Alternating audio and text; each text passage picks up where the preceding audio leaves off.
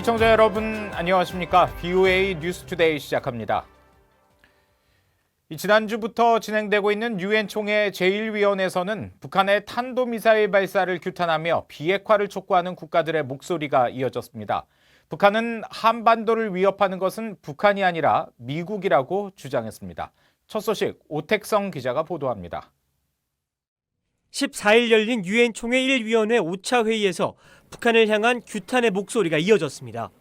지난 석 달 사이 세 차례에 걸쳐 유엔 안보리 회의 소집을 요구했던 영국과 프랑스가 이번에도 선봉에 섰습니다. With regard to North Korea, we are forced to note that the nuclear program remains operational as indicated in IAEA reports. Its ballistic program is in full development as demonstrated by the repeated launches of ballistic missiles in recent months. No serious action has been taken to dismantle them. 영국은 북한의 핵 프로그램이 지속되고 있다는 점을 지적하며 제재의 필요성을 강조했습니다. But maintains the view that sanctions need to remain strictly implemented until concrete steps towards complete, verifiable and irreversible denuclearization are taken. 지난 2일 발사된 미사일이 자국 내 배타적 경제 수역에 떨어졌다며 강력하게 반발한 일본은 이번에도 북한에 대한 비난을 이어갔습니다. Japan deeply regrets North Korea's repeated ballistic missile launches, which are in violation of relevant United Nations Security Council resolutions. 김성 유엔 주재 북한 대사는 미국 또한 올해 대륙간 탄도미사일 미니트맨 3와 잠수함 발사 미사일 트라이덴트 2 그리고 순항 미사일 토마호크를 발사했다고 지적했습니다. 그러면서 지난번 유럽 6개국이 안보리 회의 소집에 이어 비난 성명을 발표한 것을 또다시 반박했습니다. We take this opportunity to resolutely denounce and reject, as the serious act of the provocation against DPRK, the statement made by EU countries, including United Kingdom, France, and Germany, that call for convocation of the closed door meeting of UN Security Council at the instigation of the United States.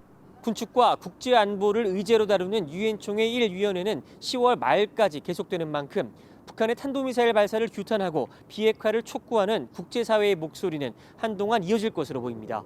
VOA 뉴스 오택성입니다.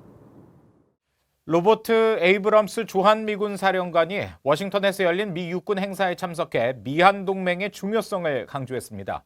이날 행사에서는 미군이 주력하고 있는 다양한 단거리 방공미사일 체계들이 선보였습니다. 김영교 기자가 다녀왔습니다. 워싱턴을 방문한 로버트 에이브럼스 주한미군 사령관은 자신이 미한 동맹을 무엇보다 중요하게 여기고 있다고 말했습니다. 오늘 미국 육군협회 연례회의에 참석한 에이브럼스 사령관은 가장 먼저 전시관에 있는 한국관을 찾았습니다. I'm at AUSA for just today, and my very first stop was the Korean Pavilion.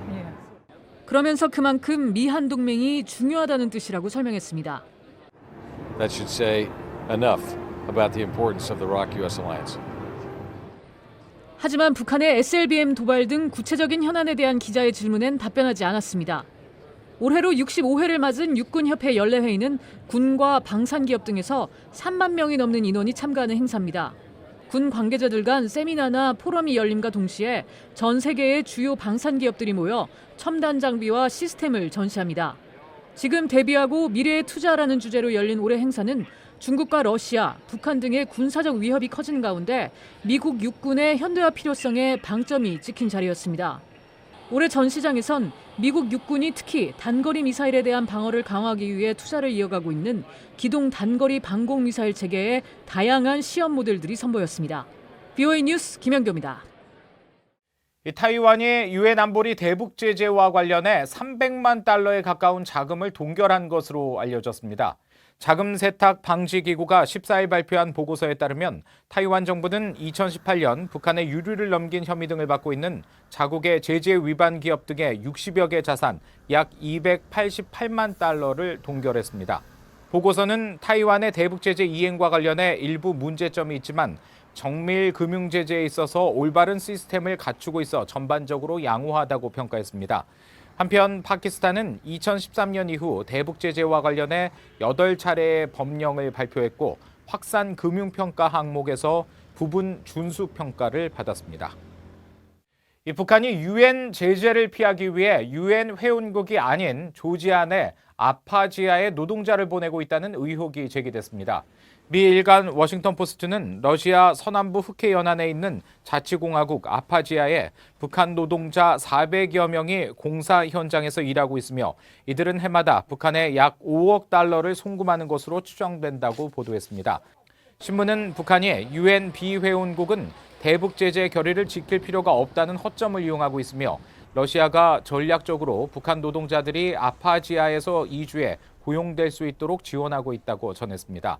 아파지아는 국제법상 조지아 영토의 일부지만 2008년 분리 독립을 선언했으며 아직 유엔을 비롯한 국제기구의 국가로 승인받지 못했습니다.